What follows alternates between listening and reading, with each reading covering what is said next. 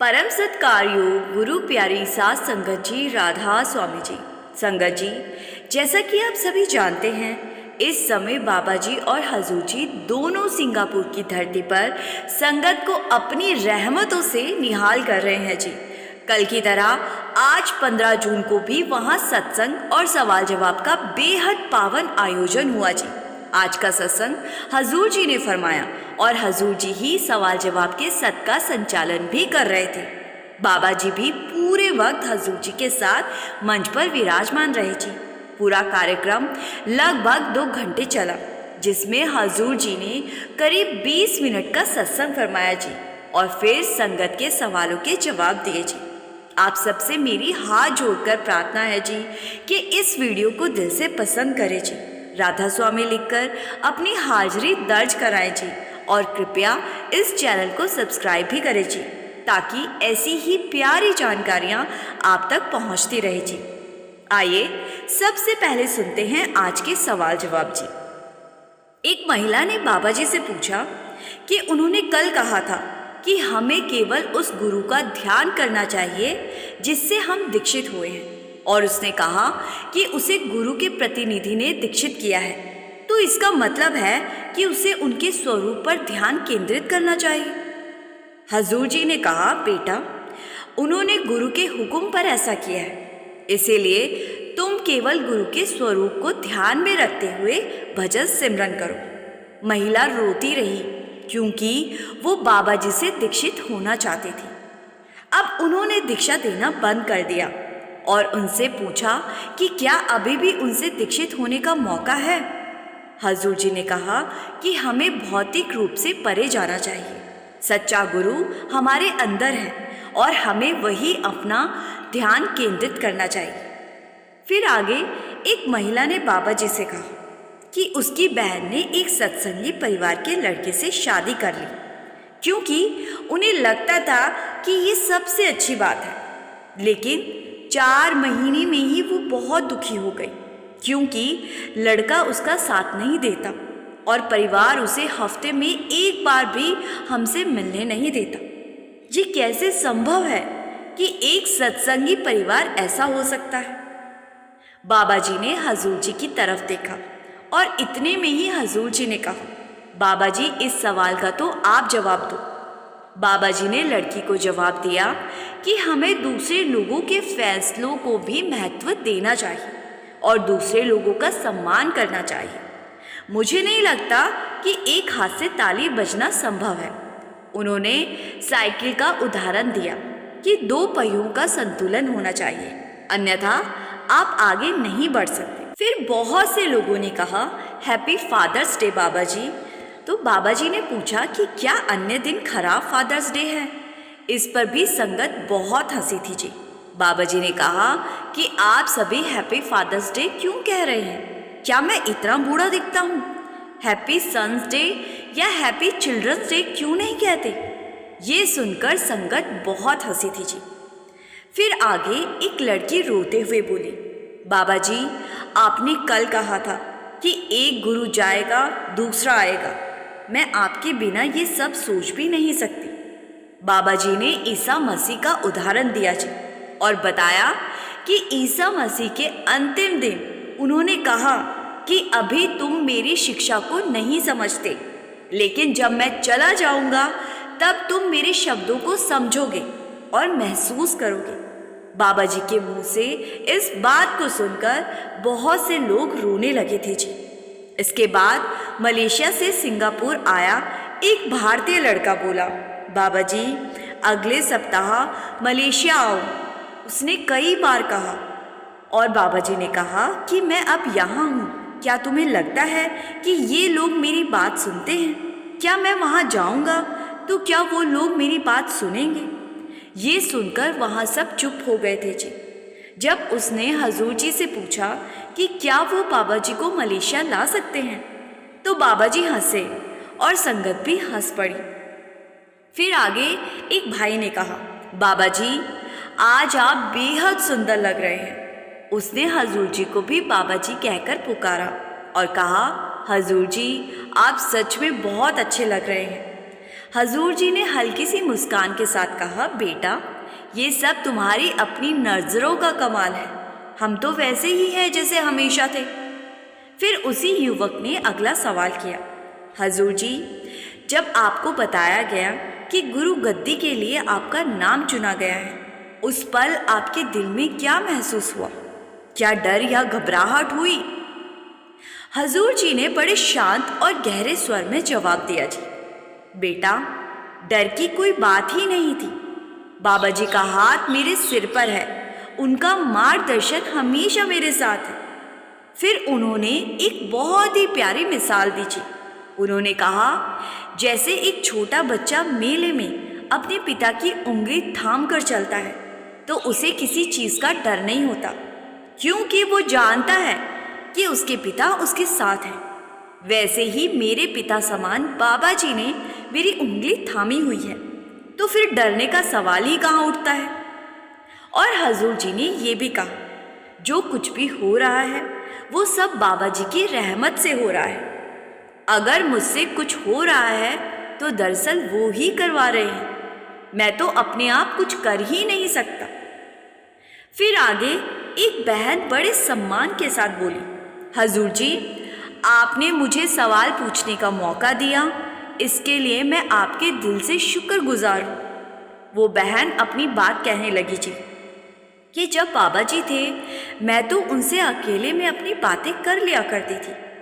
वो अपनी बात पूरी भी नहीं कर पाई थी कि हजूर जी मुस्कुराकर बीच में ही बोल पड़े, बहन जी बाबा जी थे नहीं, बाबा जी है।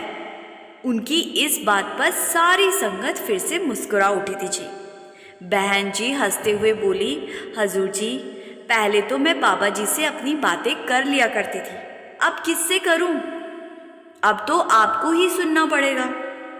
हजूर जी बड़े ही प्यार से बोले, नहीं बहन जी आपको तो हमेशा बाबा जी से ही बात करनी है।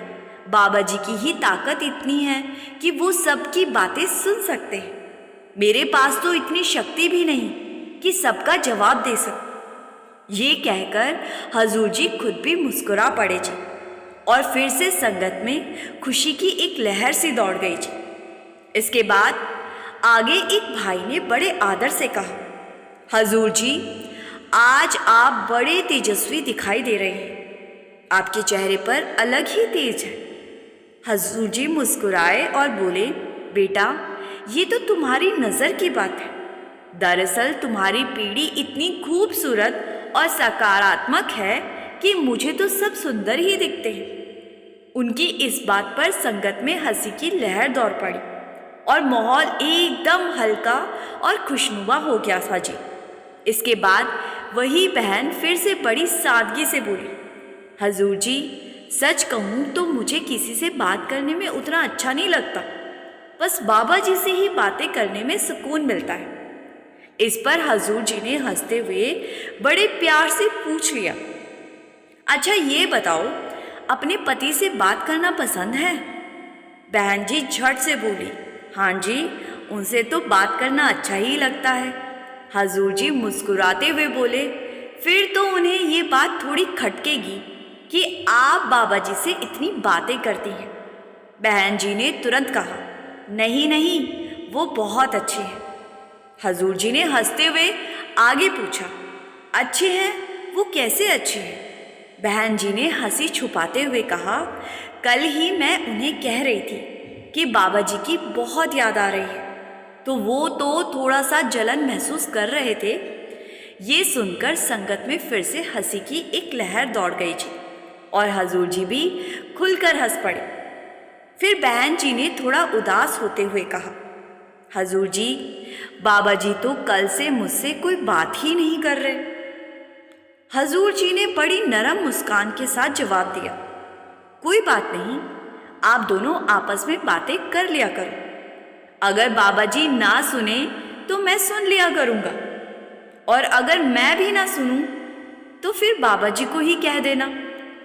फिर आगे एक बहन ने पूछा, ये बहन कभी हजूर जी कह रही थी तो कभी बाबा जी कह रही थी, तो हजूर जी ने हंसते हुए कहा, इतनी बार बोलने की प्रैक्टिस के बाद भी सही नहीं बोल पा रही हूँ। देखो, अब भी कभी हजूर जी कह रही हो, कभी बाबा जी। इस जवाब पर संगत हंसने लगी थी जी।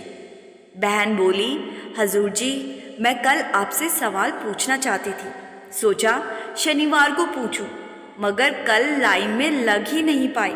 सारी रात यही सोचती रही कि पूछूं या नहीं, और अब मैंने सोच लिया कि पूछ ही लूं। बहुत बहुत धन्यवाद मुझे ये मौका देने के लिए। फिर वो बोली, मेरे पति ने कहा था कि हजूर जी से पूछ कर आना कि जो कर्म हम करते हैं क्या उनका हिसाब देना पड़ेगा। तो हजूर जी ने बड़े ही स्नेह से और प्यार से कहा, बिल्कुल बेटा, हर इंसान को अपने कर्मों का हिसाब देना होता है। कर्मों का फल भोगने के लिए ही तो आत्मा इस संसार में आती। कोई सत्संगी परिवार में आता है, कोई तीर्थ जाता है, कोई अमीर होता है, कोई गरीब। कई बार बड़े अमीर लोग भी अपनी दौलत गंवा बैठते हैं।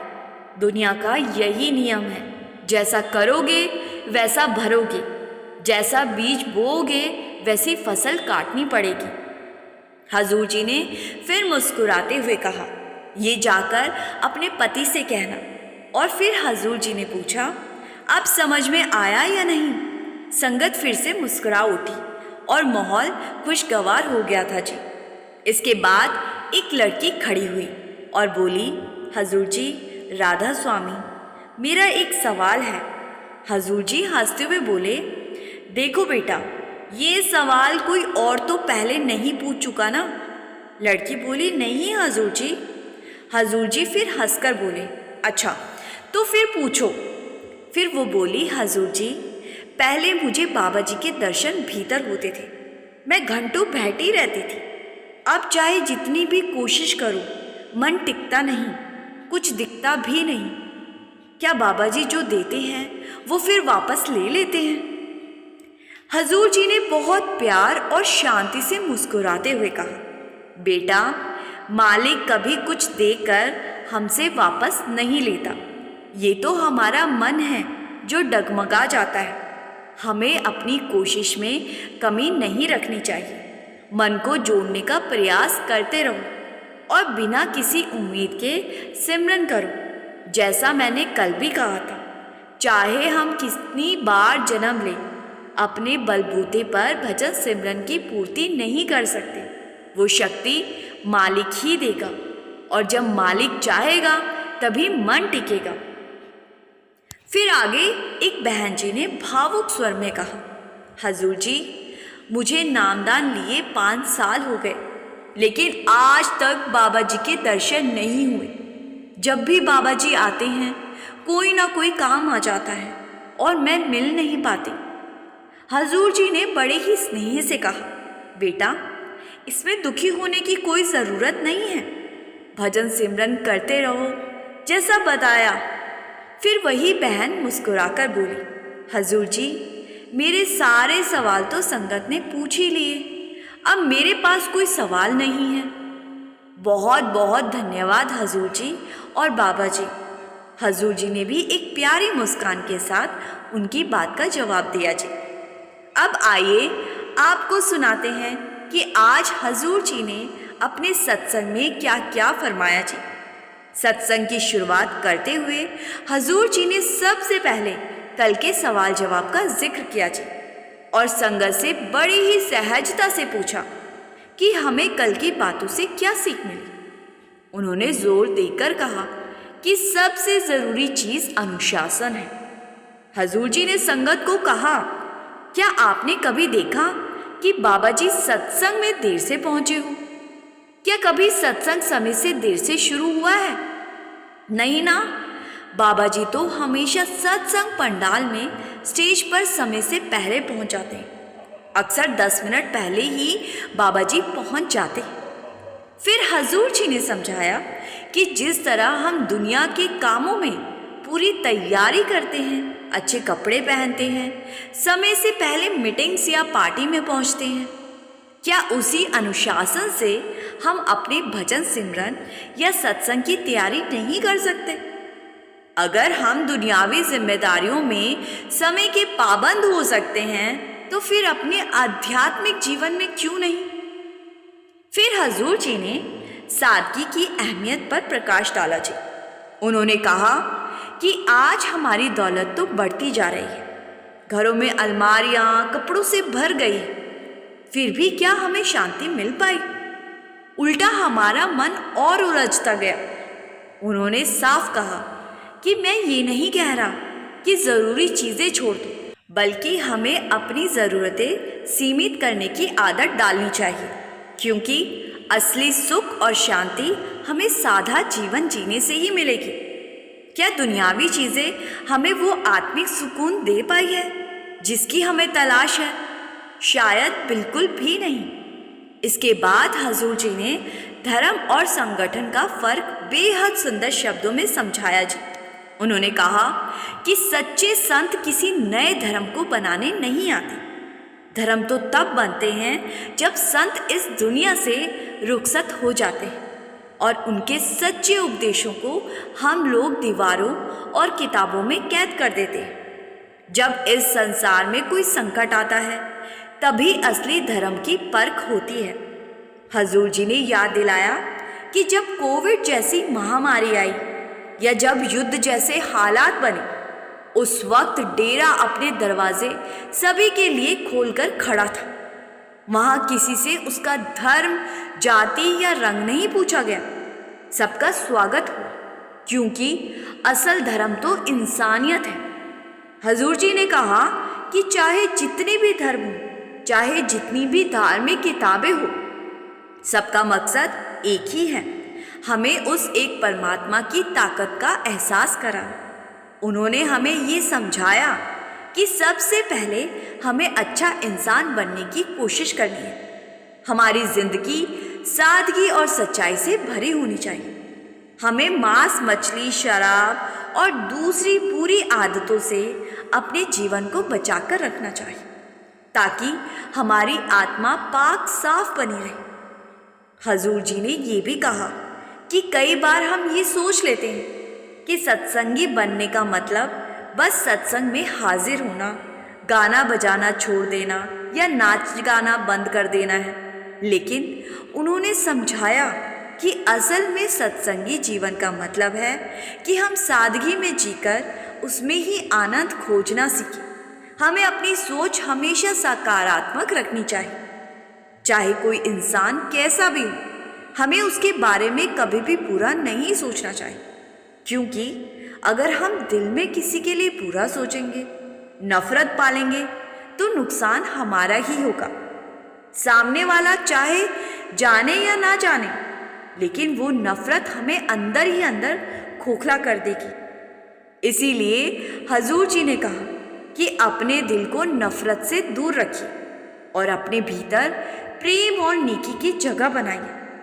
संगत जी, उसके बाद हजूर जी ने हमें बड़ी सहजता से ये समझाया कि खुद को एक अच्छा इंसान बनाना पूरी तरह से हमारे अपने हाथ में है।